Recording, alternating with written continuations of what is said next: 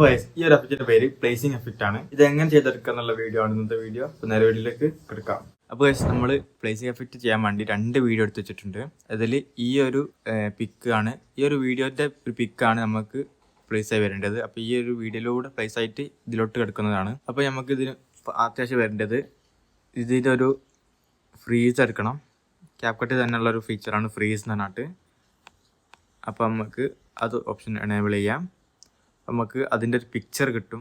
എന്നിട്ട് അത് ഓവർലേ ആക്കാം.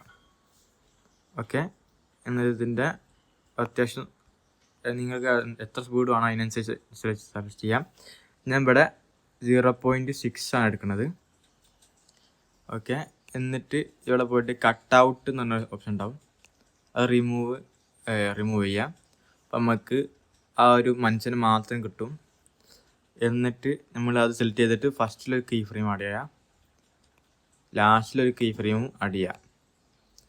ഓക്കെ, എന്നിട്ട് ഫസ്റ്റത്തെ കീ ഫ്രെയിമിൽ നമുക്ക് മേലോട്ട് വെക്കുക. ഓക്കെ, ഇപ്പോൾ നമുക്ക് ഒരു എഫക്റ്റ് കിട്ടും, കണ്ടില്ലേ? ഇപ്പം നമ്മൾക്ക് നേരെ വന്ന് വെക്കണ ആ ഒരു സംഭവമേ കിട്ടുന്നുള്ളൂ. ബട്ട് നമുക്ക് വേണ്ടത് ഒരു സിനിമാറ്റിക് ലുക്കിൽ റിയലിസ്റ്റിക്കായി വരുന്നതാണ്.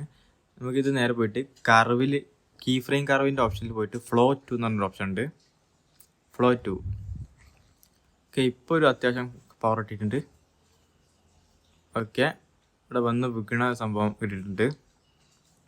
ഇനി ഇതിലോട്ട് നമുക്ക് ഒരു റിയലിസ്റ്റിക് എഫക്റ്റ് കിട്ടാൻ വേണ്ടി നമ്മളൊരു ഡസ്റ്റിൻ്റെ ഒരു ബ്ലാക്ക് സ്ക്രീൻ ആനിമേഷൻ കൊണ്ടുവന്നിട്ടുണ്ട്. അത് നമ്മൾ ബ്ലാക്ക് പോക്കിയിട്ട് സ്ഥലത്ത് സൂം ചെയ്തിട്ട് വെച്ചിട്ടുണ്ട്. അപ്പം നമ്മൾ വീണ് കഴിഞ്ഞിട്ട് ഒരു പൊടി വരുന്ന രീതിയിലാണ് സെറ്റ് ചെയ്ത് വെച്ചത്.